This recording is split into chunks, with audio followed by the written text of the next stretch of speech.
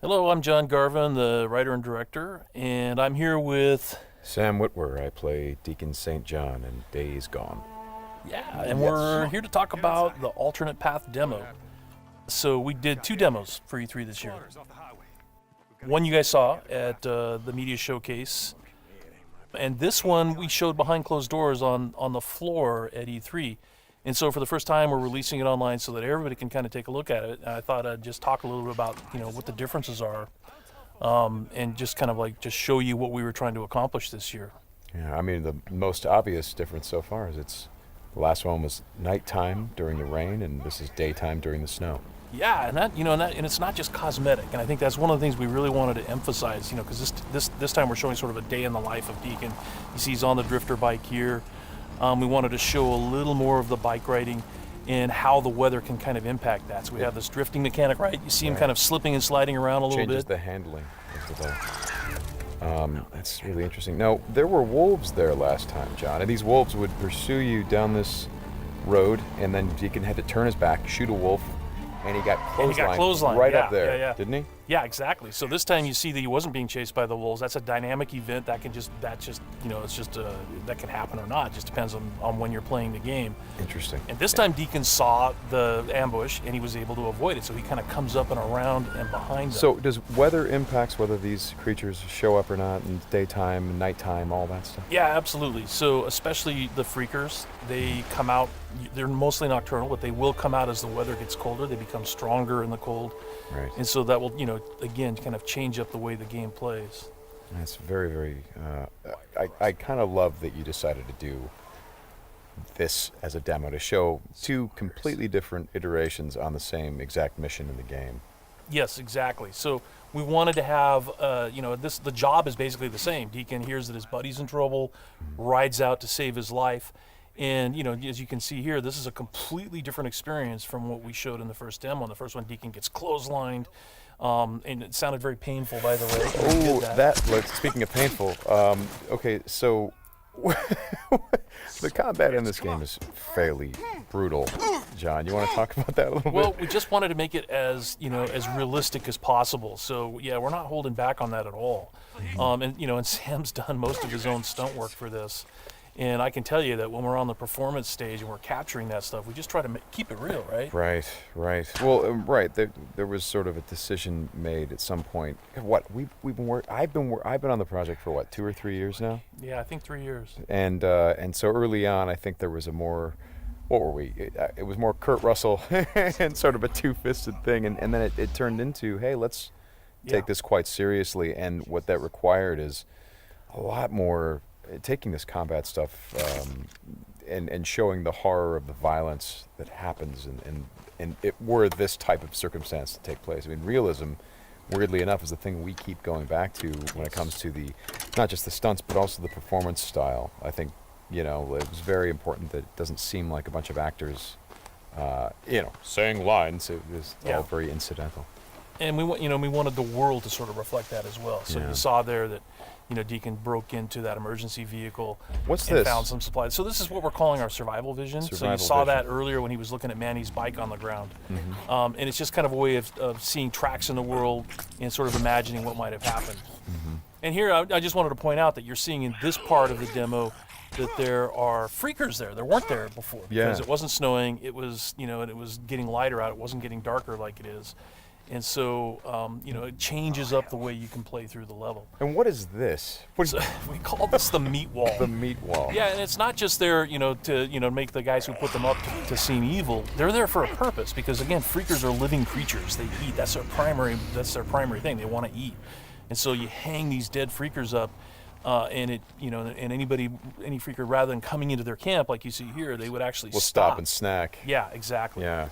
And then the same thing with this freaker that they've hung upside down. There's a bear trap underneath it, and they use that because a freaker will come, be attracted to the meat, and then hit that trap. Interesting. Another thing you just saw, by the way, is that tin can. The tin can trap that you that's an alarm that the marauders will put up. And this is, again, some of the things that marauder camps just do. And you find these marauder camps throughout the world. You'll find traps like that, and then if you're careful and you're paying attention, you can avoid them. Because in the first demo, Deacon didn't avoid it, and he set off that alarm. Right. Now this is the same tactic that he used last time. Throws the rock to get someone to lure him over and have him step in the bear trap. But this one plays out a little bit differently than last time. One of the things that struck me, and we've talked about this obviously as we've shot, but there's an effort of the other Marauders to get this guy to shut up, and he won't. Yeah, and so in the first demo, Deacon's heading on down the trail, and you can hear that happening behind him. Right. And this time we're showing what happened. So, he's watching everybody react to this poor guy trapped in the in that bear trap, and she just is like, shut up, shut up, shut up, and then just loses it and shoots the guy. Right. Right. And of course, in the meantime, Deacon is crafting a Molotov and just takes them all out. Right. Oh boy, that's good. Ow. So again, it's like in the previous demo, Deacon would have gone off to the trail down to the right. This time he's going to head this way. He follows the tracks, and comes under a sniper attack. Now let me ask you something about the survival. Okay, there's a sniper attack coming, but the survival vision is, if you don't say upgrade your survival vision, can you miss clues? I mean, are there things that you would get if you upgraded your survival vision that would help you complete the mission better? Exactly, and you have to, we have a whole skill tree, and it's all tied to the experience that you can earn as you're just playing through the game, and then you can upgrade those things. What's happening here? We got a freaker tied to a tree. Yeah, so this is another type of trap that Marauders will set. They will they will basically chain freakers to the perimeter of their camps, and they use them as kind of an alarm system. And then that, you saw that Marauder there. He was just tormenting the poor freaker, and then so Deacon kind of takes advantage of that. Well, and you think for a moment that Deacon is the guy, he's sort of helping the freaker by, getting the guy that taunted him. Is like, no, and then he's going to take the freaker out right afterward. Exactly. And this is a bit of silent sniping using the crossbow.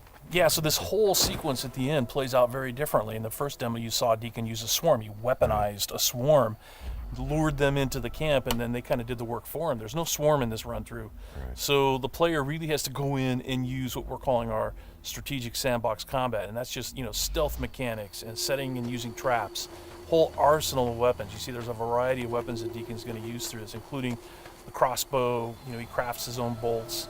And he's got to figure out how to get up to Manny, using his combat skills instead of doing it strategically. So straighten me out. Those bonfires, were those there in the previous demo? No, they weren't. Right. So that's another big difference. Is that if you come here during the day, it's like in the media showcase demo, there was like kind of a fight club thing going on. Right. They were punching each other, and everybody was just sort of getting into it. Nobody's really paying attention to what's going on. Yeah. And now it's getting dark and it's cold out. So they've built these bonfires. So.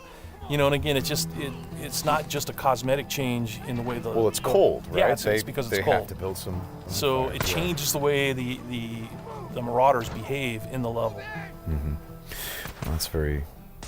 Again, this is part of the reason why I love that you did this as a demo, because the behavior of all of these things, not just the freakers, but the Marauders, everything, there's a logic to it. You can track why they're doing the things that they're doing.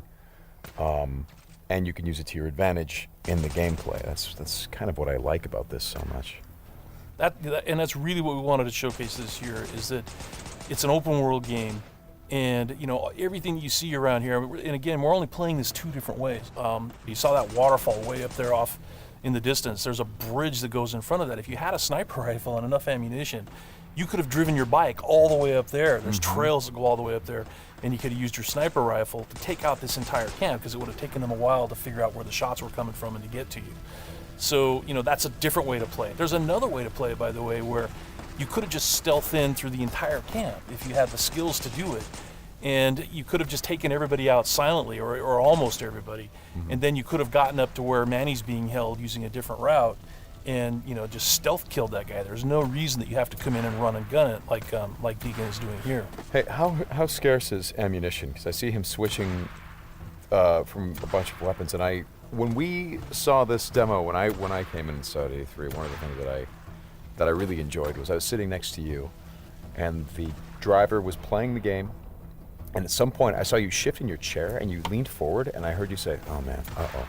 And I'm like, whoa, what's going on? He's like, he's going to get killed. I'm like, whoa, oh. And I leaned forward. I was like, oh, I guess there's some real danger. And one of the things was that he was running out of ammunition.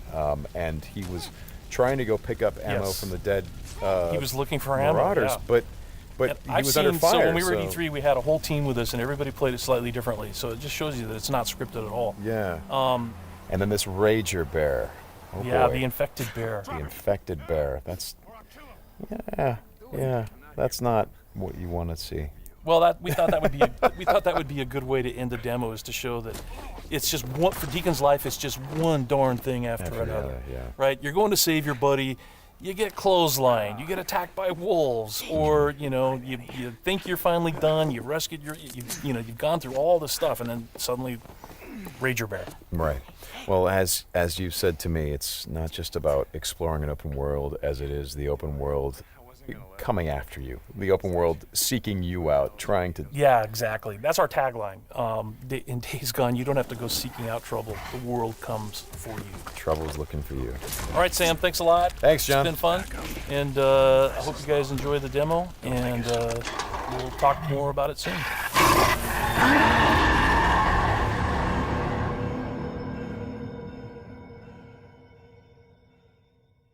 PlayStation